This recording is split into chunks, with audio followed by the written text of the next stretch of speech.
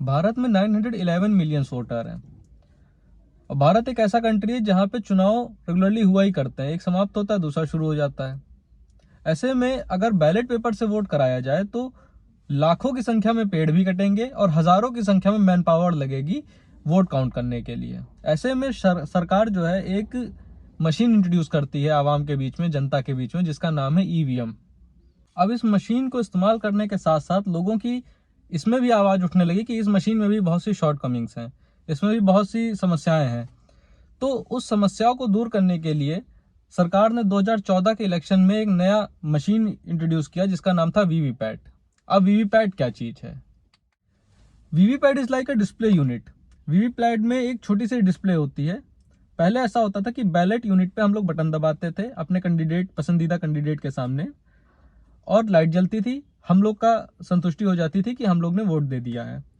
फिर जनता की आवाज आने लगी, ये बोलने लगे लोग कि मैं वोट यहाँ देता हूँ और बटन किसी और को दबाता हूँ, लाइट कहीं और जल रही है, वोट कहीं और जा रहा है मेरा। तो डबल वेरिफिकेशन करने के लिए एक नई मशीन यूज की गई जिसका नाम था वीवीपैट। वीवीपैट के डिस्प्ले में जो बटन हमने दबाई है, जिस कैंडिडेट का लोगो, जिस कैंडिडेट का नाम है वहां पे, वो वहां पे पर्ची में दिखता है, वीवीपैट में दिखता है। उस पर्ची को मैं ले जा नहीं सकता हूँ घर में, उस पर्ची को मैं देखता हूँ और ये कंफर्मेशन हो जाती है कि मैंने जो बटन दबाई है वही वोट गया है। अच्छा, इसका दूसरा फायदा भी है। दूसरा फायदा ये है कि जब काउंटिंग करने का समय आता है तो बैलेट यूनिट से भी काउंटिंग की जा सकती है और वीवीपैट से भी काउंटिंग की जा सकती है। और इससे हम लोग एक ये चीज क्लियर कर लेते हैं कि चुनाव में जितने वोट डाले गए हैं और जितने हमको वीवीपैट में दिख रहे हैं वो सेम है, वो सिमिलर है। अब वीवीपैट को ऐड करने के बाद टोटल 3 मशीन होती हैं। पहली मशीन होती है बैलेट यूनिट, जिसपे हम लोग बटन दबाते हैं और सेलेक्ट करते हैं अपने पसंदीदा कैंडिडेट को। दूसरा यूनिट होता है वीवीपैट, जिसपे हम लोग ये देखते हैं कि जिसको मैंने वोट दिया है उसी को वोट गया है कि नहीं। तीसरा यूनिट होता है कंट्रोल यूनिट। कंट्रोल यूनिट वहां के ऑफिसर्स के पास रहता है, जिसको हम लोग पीठासीन अधिकारी भी कहते हैं।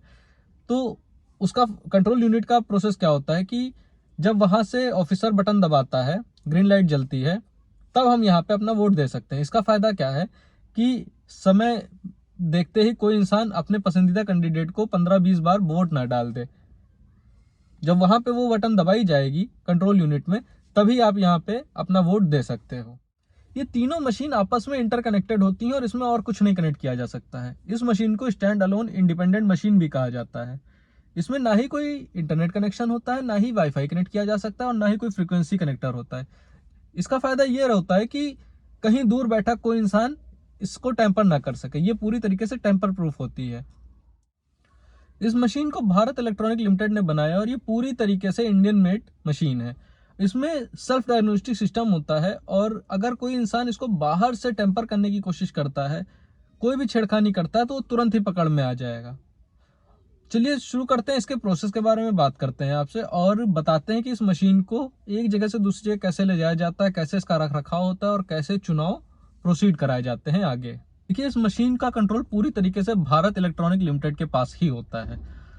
जैसे ही चुनाव आता है भारत में, ये भारत इलेक्ट्रॉनिक लिमिटेड पूरे देश में इस मशीन को डिस्ट्रीब्यूट करती है और इस मशीन को डिस्ट्रिक्ट हेडक्वार्टर में रखा जाता है। डिस्ट्रिक्ट हेडक्वार्टर में एक स्ट्रांग रूम होता है जहां पे इस मशीन को रखा जाता है। उस रूम के अंदर लाइव कैमरा चलता है 24/7 और आर्म्स गार्ड रहते हैं कि कोई इंसान जबरदस्ती करके उस रूम के अंदर ना घुस सके। अब इस मशीन को स्ट्रांग रूम में रखने के बाद जब आगे फर्दर डिस्ट्रीब्यूट होती है मशीन, अलग अलग चुनाव क्षेत्र में जब इसको जाना होता है, तो ये प्रोसेस होता है ईवीएम रेंडमाइजेशन के थ्रू। ईवीएम रेंडमाइजेशन का मतलब ये होता है कि हर एक मशीन को एक सीरियल नंबर अलॉट कर दिया जाता है और ये सीरियल नंबर किस क्षेत्र में जाने वाला है, ये इस सीरियल नंबर की मशीन किस क्षेत्र में जाने वाली है, किसी को नहीं पता होता है। ये कंप्यूटर द्वारा रैंडम एक मशीन का सीरियल नंबर चूज किया जाता है और तब अलॉट किया जाता है कि किस क्षेत्र में कौन सी मशीन जाएगी। जब ये मशीन रखी जाती है स्ट्रांग रूम के अंदर, वहां पे हर एक पार्टी के रिप्रेजेंटेटिव और सभी बड़े अधिकारी मौजूद होते हैं। उन्हीं की मौजूदगी में ये मशीन रखी जाती है स्ट्रांग रूम के अंदर और वहां पे 24 आवर लाइव रिकॉर्डिंग भी होती है। कोई भी पार्टी अगर उस लाइव रिकॉर्डिंग को कभी भी देखना चाहे तो वो देख सकती है। अब वेट होता है इलेक्शन डेट का। जैसे ही इलेक्शन डेट नजदीक आती है, वैसे ही इस मशीन को डिस्ट्रिक्ट के स्ट्रांग रूम से निकाल के अलग अलग कॉन्स्टिट्यूएंसी की डिस्ट्रिक्ट रूम में पहुंचा दिया जाता है। और हर एक स्ट्रांग रूम में जहां ये पहुंचाया जाता है वहां पे भी उसी लेवल की सिक्योरिटी को फॉलो किया जाता है जिस लेवल की सिक्योरिटी डिस्ट्रिक्ट के स्ट्रांग रूम में फॉलो की जा रही थी। फिर वहां से जब डेट आ जाती है चुनाव की, उसके 1 दिन या 2 दिन पहले इस मशीन को पोलिंग स्टेशन पे भेजा जाता है जहां पे हम लोग वोट डालते हैं। और जब ये पोलिंग स्टेशन भेजा जाता है तो वहां पे हाई लेवल सिक्योरिटी को भी मेंटेन किया जाता है। अच्छा, इसमें एक खास बात और है, हर एक मशीन को एक यूनिक सीरियल आईडी मिलती है। उस यूनिक सीरियल आईडी से ही ये डिसाइड होता है कि इस मशीन को किस क्षेत्र में जाना है। जब ये मशीन उस क्षेत्र में पहुंच जाती है तो वहां पे जितने रिप्रेजेंटेटिव होते हैं उनको और सभी अधिकारियों को मैच कराई जाती है वो सीरियल आईडी। और अगर वो सीरियल आईडी मिसमैच होती है तो प्रोसेस को वहीं पर रोक दिया जाता है। जब ये पूरा सेटअप हो जाता है तब उसके बाद हर एक रिप्रेजेंटेटिव को और एग्जीक्यूटिव को बुलाया जाता है और ये टेस्ट कराया जाता है कि एक बार मशीन को पूरी तरीके से जांच कर लिया जाए कि इस मशीन में किसी तरीके की कोई समस्या तो नहीं है। जब ये सारे रिप्रेजेंटेटिव और सारे ऑफिसर्स अपना एक अप्रूवल बना के देते हैं उसके बाद ही वोटिंग शुरू की जाती है। उसके बाद ही ये आम जनता के सामने लाई जाती है और आम जनता इस पे वोट करती है आके। देखिए, जो लोग इसका अपोज करते हैं उनका कहना यह है कि 1 लाख वोट तक सारे वोट जेन्युइन है। उसके बाद के जितने वोट हैं वो खराब वोट हैं। मतलब कि जब 1 लाख वोट होते हैं तब तक ये सारे वोट सही जगह जा रहे होते हैं, उसके बाद के जितने वोट होते हैं वो किसी एक निर्धारित पार्टी को ट्रांसफर हो जाते हैं। देखिए, ये कर पाना मुश्किल नहीं, नामुमकिन है। इसका रीजन क्या है कि अगर इसकी प्रोग्रामिंग चेंज की जाए मशीन की तो ये किया जा सकता है, लेकिन प्रोग्रामिंग चेंज करने के लिए सारी लाइव रिकॉर्डिंग, सारा टेम्पर प्रूफ, सारा स्ट्रांग रूम और सारे सिक्योरिटी गार्ड को क्रॉस करके इस मशीन को चुराया जाए, इसकी प्रोग्रामिंग चेंज की जाए और फिर से उसको वैसे ही रखा जाए। अगर ऐसा किया जाए तो उस मशीन को छेड़खानी में लाया जा सकता है। लेकिन ये कैसे पता चलेगा कि जिस मशीन को मैं छेड़खानी में ला रहा हूँ वही मशीन हमारे क्षेत्र में आएगी, उसी पे हमारी वोटिंग होगी? कितनी ही मशीन चुरा के ऐसा किया जा सकता है? ये संभव नहीं है।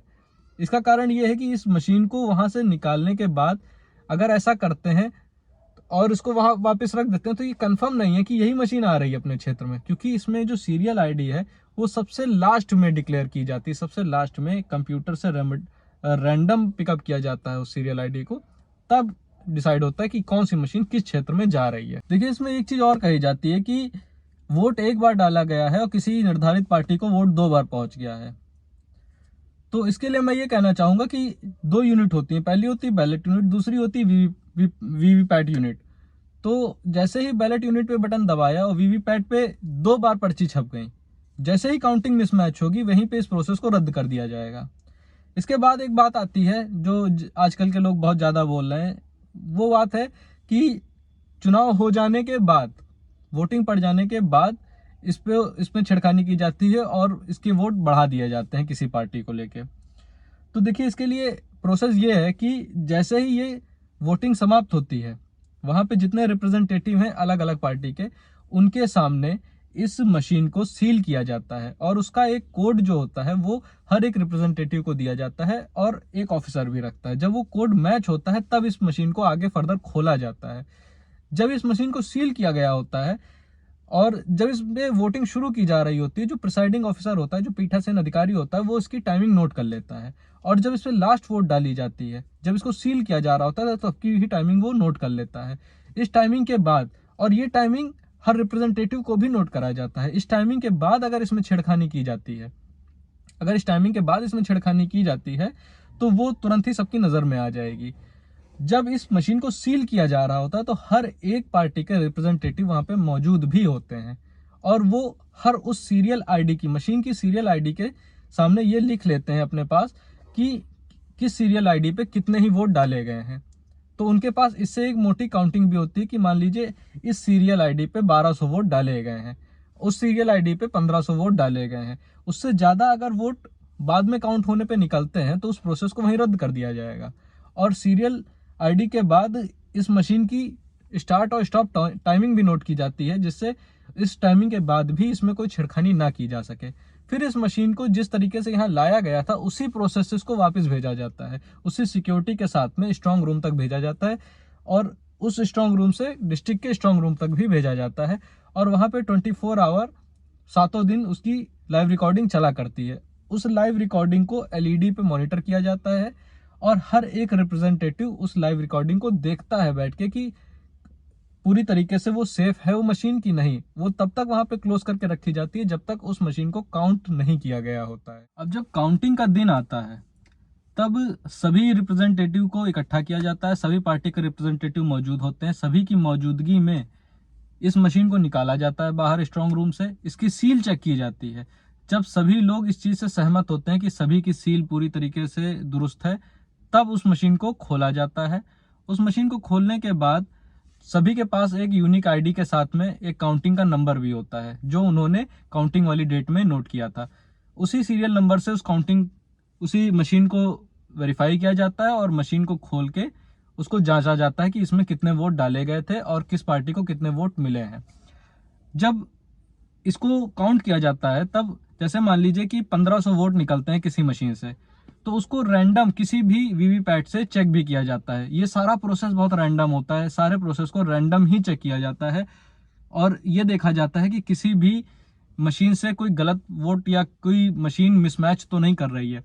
जब ये दोनों प्रोसेस चेक कर लिए जाते हैं सभी की सहमति के साथ में, सभी की मौजूदगी के साथ में, तब अनाउंस किया जाता है कि कौन सी पार्टी में कितने वोट आए हैं। तभी मीडिया हम लोग को बताने लगती है कि फलानी पार्टी इतने वोट से आगे चल रही है, फलानी पार्टी इतने वोट से पीछे चल रही है। देखिए, जब चुनाव समाप्त हो जाता है तो हर बार कोई ना कोई पार्टी चिल्लाने लगती है कि ईवीएम हैक हो गई थी, ईवीएम हैक हो गई थी। वही पार्टी जब कहीं से जीत रही होती है तो वहां पे वो ये नहीं बताती है कि ईवीएम हैक हो गई थी। जिस जगह से वो हारती है वहां पे वो हल्ला कर देती है कि ईवीएम हैक हो गई थी। निर्वाचन आयोग ने खुला चैलेंज किया कि आप आइए हमारे यहाँ पे, आप एक भी ईवीएम मशीन को हैक करके दिखाइए और साबित कीजिए कि मशीन हैक हो सकती है। जब निर्वाचन आयोग ने एक चैलेंज किया तो कोई भी पार्टी नहीं गई थी ये देखने के लिए, ये दिखाने के लिए कि मशीन हैक हो सकती है।